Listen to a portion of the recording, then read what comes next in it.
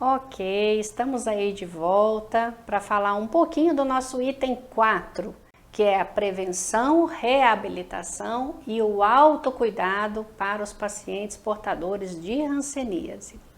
Então nós passamos já pelo diagnóstico, pelo tratamento, passamos aí pela reação hansênica e agora estamos indo para a prevenção, reabilitação e autocuidado do paciente. Então, o que nós devemos, o que nós podemos orientar para esse paciente que tem essa deformidade já instalada nos membros periféricos, na parte periférica, né, dos membros superiores e dos membros inferiores? Bom, nós podemos orientar esse paciente de constantemente fazer exercícios, de constantemente estimular, né, que esses nervos voltem a produzir os movimentos que foram perdidos com as deformidades ou parte deles, né? Como assim?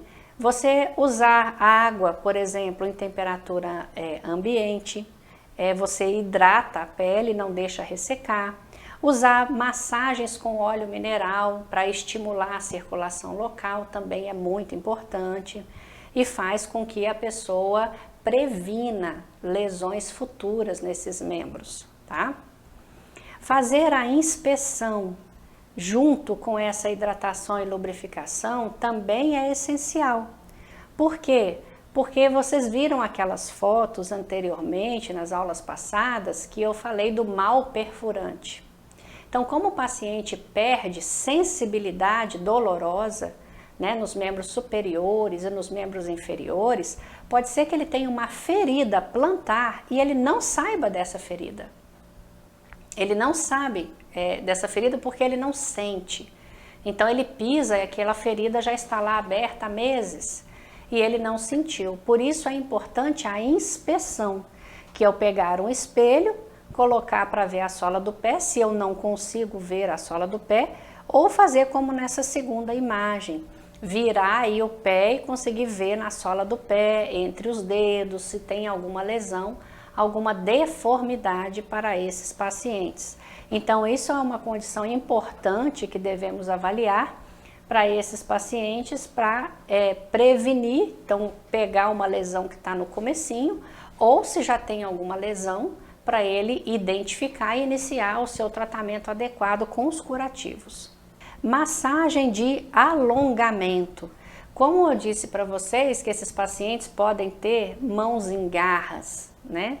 Os artelhos em garras, então é importante forçar a abertura desses dedos, justamente para melhorar a cognição desse paciente, para pegar numa escova de dente, para pegar numa colher para poder comer, num copo para beber uma água, que são essas atividades de rotina.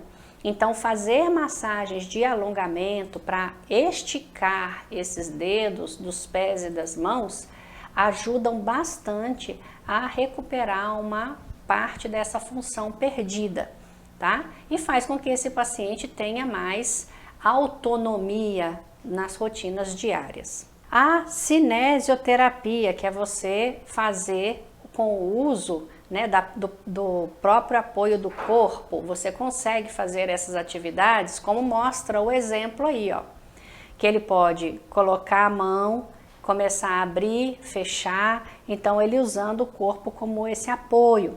Então isso também é um movimento que ajuda esse paciente a melhorar um pouco a abertura da mão e recuperar parcialmente esses movimentos. Esses exercícios também podem ser feitos por outra pessoa, né? E feitos de forma mais delicada. Por exemplo, ao invés de pegar só a mão, pegar cada dedo e promover o alongamento de cada dedo também.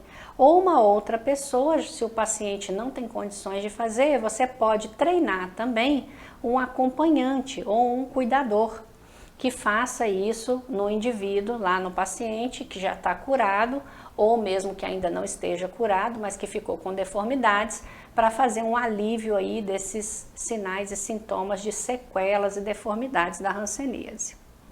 Pode-se fazer também nos pés, não só nas mãos, como nós mostramos ali.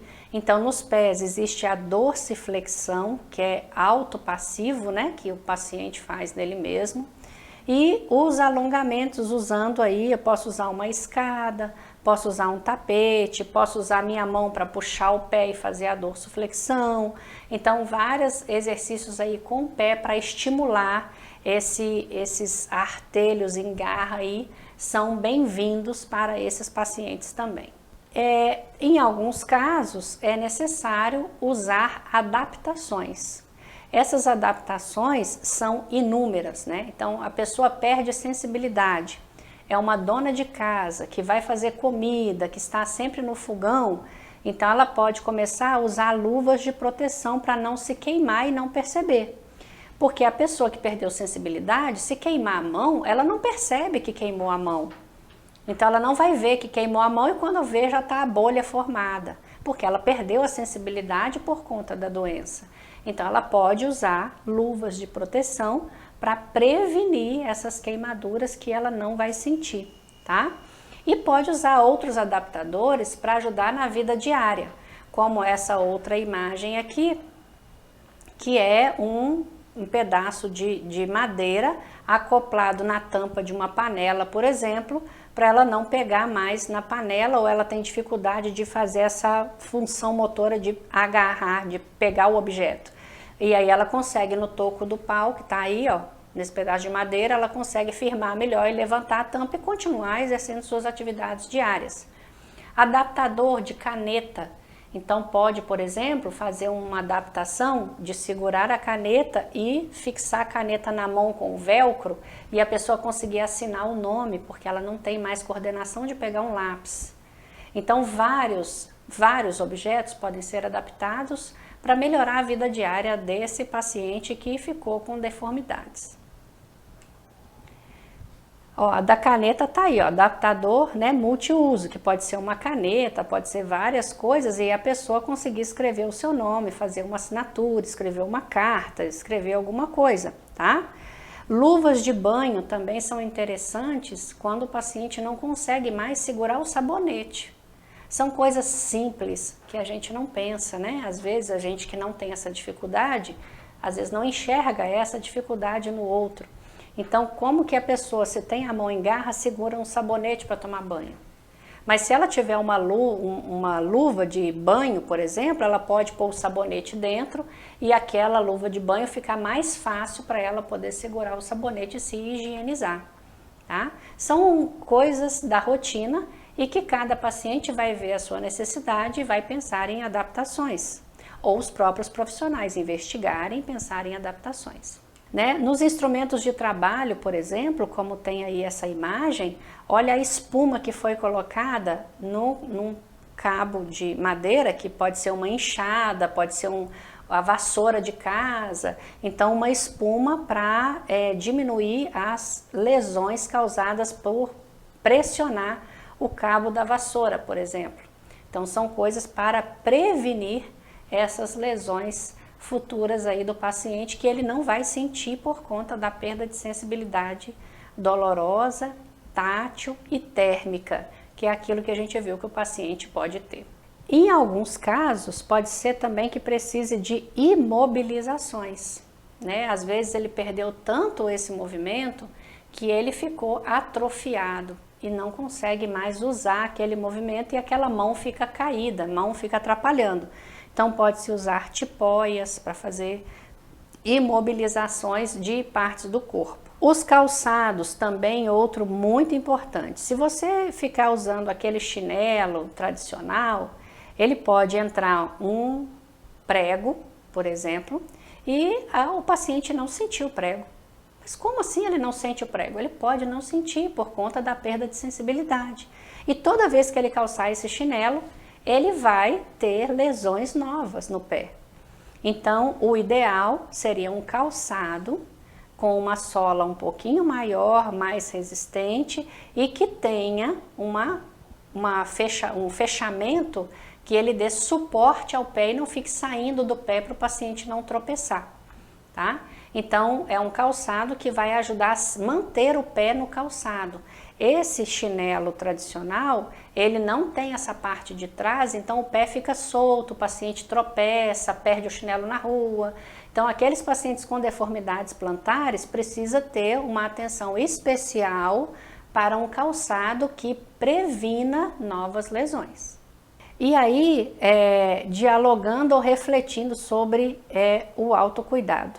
Na sua unidade básica, na sua unidade de saúde, são realizadas essas atividades de autocuidado? Vocês fazem isso com os pacientes com deformidades de hanseníase? Como que você aborda o autocuidado com o seu paciente na atenção primária? O que você faz na orientação do cuidado com o paciente? São questões de reflexão e você pensar se você está fazendo algumas orientações, o que você tem que pode ajudar o paciente na adaptação de rotina diária. Então, reflita um pouco, pensa um pouco sobre o que nós conversamos e quem sabe você consegue ajudar um paciente a melhorar a sua rotina diária, a ter um pouco mais de qualidade de vida. Esse autocuidado pode ser individual, você pode fazer com o paciente, de paciente a paciente, ou você pode fazer coletivo, fazer grupos de autocuidado, e esses trocarem experiências, mostrar o que faz para isso, o que previne para aquilo, as adaptações utilizadas, que também são muito importantes. Então, na prática de autocuidado, é importante que o profissional estimule o indivíduo à percepção do risco e a saber se cuidar. Então, ele já observa aquela atividade e já fala, esse aqui eu posso cair, esse daqui eu posso me machucar, e ele já usa aquele material para prevenção daquela lesão, tá? Então, nós temos que pensar nessa promoção do autocuidado do paciente e evitar lesões, porque aí evita que o paciente fica indo na unidade básica trocar curativo, evita contaminações e infecção que pode aparecer nesse paciente, pode aparecer inclusive outras infecções como tétano, e o paciente não perceber e não doer, e quando vê o paciente está infectado com outra doença, Então nós como profissionais de saúde temos esse dever de orientar e de estimular a prevenção de lesões nesses pacientes com incapacidades já permanentes, que ocorreram por conta da hanseníase. Espero ter ajudado vocês, espero ter despertado uma reflexão sobre essa reabilitação e o autocuidado do paciente com hanseníase, e estamos aí na nossa sequência dos passos do cuidado desses pacientes na atenção primária. Até a próxima!